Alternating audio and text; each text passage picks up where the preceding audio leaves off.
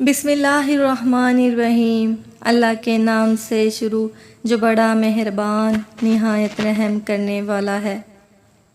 بہن کی شادی کو 6 سال ہو گئے ہیں، میں کبھی اس کے گھر نہیں گیا، عید شبرات کبھی بھی۔ ابو یا امی جاتے ہیں۔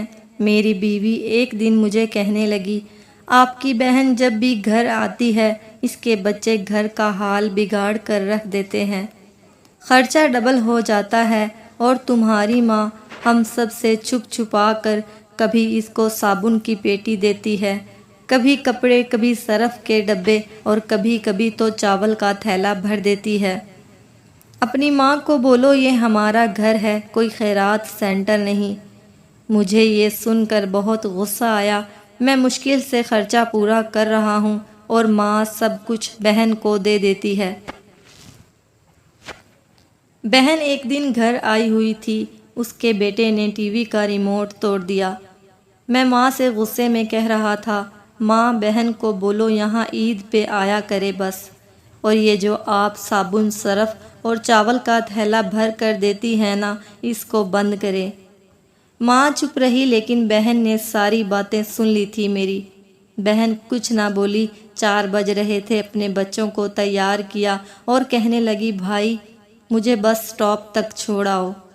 میں نے جھوٹے منہ کہا رہ لیتی کچھ دن، لیکن وہ مسکرائی، نہیں بھائی، بچوں کی چھٹیاں ختم ہونے والی ہیں۔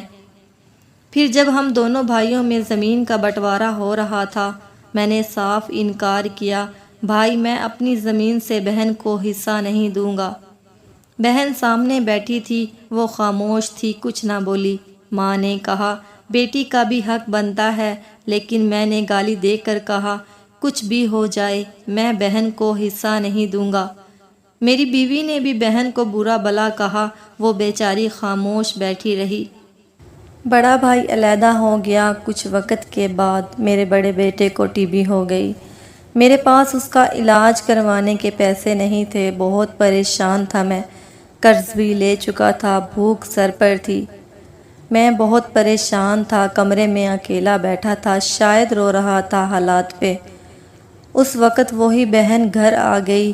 میں نے غصے سے کہا، اب یہ آ گئی ہے منحوس۔ میں نے بیوی کو کہا، کچھ تیار کرو بہن کے لیے۔ بیوی میرے پاس آئی، کوئی ضرورت نہیں گوشت یا بریانی پکا کر اس کو کھلانے کی۔ پھر 1 گھنٹے بعد وہ میرے پاس آئی، بھائی پریشان ہو؟ بہن نے میرے سر پر ہاتھ پھیرا، بڑی بہن ہوں تمہاری، گود میں کھیلتے رہے ہو، اب دیکھو مجھ سے بھی بڑے لگتے ہو۔ پھر میرے قریب ہوئی، اپنے پرس سے سونے کے کنگن نکالے، میرے ہاتھ میں رکھے، آہستہ سے بولی، پاگل تو ایویں ہی پریشان ہوتا ہے۔ بچے سکول تھے، میں نے سوچا دوڑتے دوڑتے بھائی سے مل آؤں، یہ کنگن بیچ کر اپنا خرچہ کر، بیٹے کا علاج کروا، شکل تو دیکھ ذرا کیا حالت بنا رکھی ہے تم نے۔ میں خاموش تھا، بہن کی طرف دیکھے جا رہا تھا۔ وہ آہستہ سے بولی، کسی کو نہ بتانا کنگن کے بارے میں، تم کو میری قسم ہے۔